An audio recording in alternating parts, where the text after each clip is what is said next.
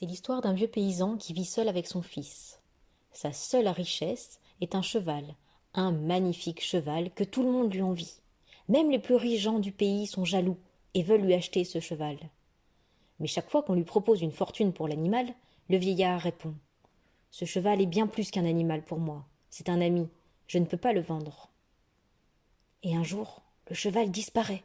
Les voisins se rassemblent devant l'étable vide et donnent leur opinion. Il était prévisible qu'on te volerait cette bête. Pourquoi tu ne l'as pas vendue? Quel malheur! Le paysan se montre plus objectif. N'exagérons rien. Mon cheval ne se trouve plus dans l'étable, c'est un fait. Tout le reste n'est qu'une appréciation de votre part. Comment savoir si c'est un bonheur ou un malheur? Nous ne connaissons qu'un fragment de l'histoire. Qui sait ce qu'il adviendra? Les gens se moquent du vieil homme. Décidément, il commence à perdre la tête et ne se rend pas compte de l'importance de sa perte. 15 jours plus tard, le cheval revient. En réalité, il n'a pas été volé, il s'est tout simplement échappé. Et, lassé par sa petite escapade, il revient. Et il ramène avec lui une dizaine de chevaux sauvages. Les villageois s'attroupent à nouveau autour du vieux paysan. Mais oui, comme tu avais raison. La perte de ton cheval n'était pas un malheur, mais une bénédiction. Je n'irai pas jusque-là. Contentons-nous de dire que mon cheval est revenu. Comment savoir si c'est une chance ou une malchance? Ce n'est qu'un épisode. Peut-on connaître le contenu d'un livre en ne lisant qu'une phrase? Les villageois se dispersent, pensant que le vieil homme déraisonne.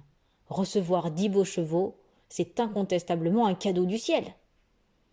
Il ne reste maintenant plus qu'à dresser ces 10 chevaux.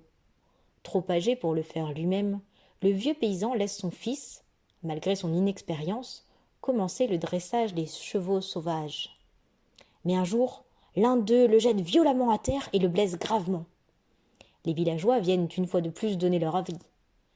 Mon pauvre, oh, tu avais raison. Ces chevaux sauvages ne t'ont pas porté chance.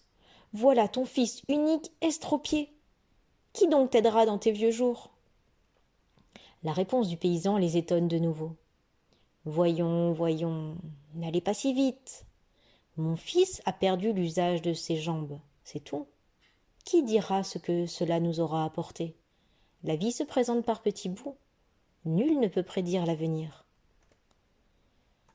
Quelque temps plus tard, la guerre éclate, et tous les jeunes gens du village sont enrôlés dans l'armée. Sauf le fils invalide du vieux paysan. Les villageois viennent se lamenter auprès du vieil homme. Tu avais raison, encore une fois, ton fils ne peut plus marcher, mais il reste auprès de toi, tandis que nos fils, à nous, vont se faire tuer. Ce à quoi il leur répond: Je vous en prie, ne jugez pas hâtivement. Vos jeunes sont enrôlés dans l'armée, le mien reste à la maison. C'est tout ce que nous pouvons dire. Dieu seul si c'est un bien ou un mal. Et oui, car tout événement, aussi malheureux soit-il au premier abord, peut avoir des conséquences positives. Et l'inverse aussi d'ailleurs. Il n'appartient qu'à vous de voir, de découvrir ces conséquences positives. Il faut savoir prendre du recul et relativiser.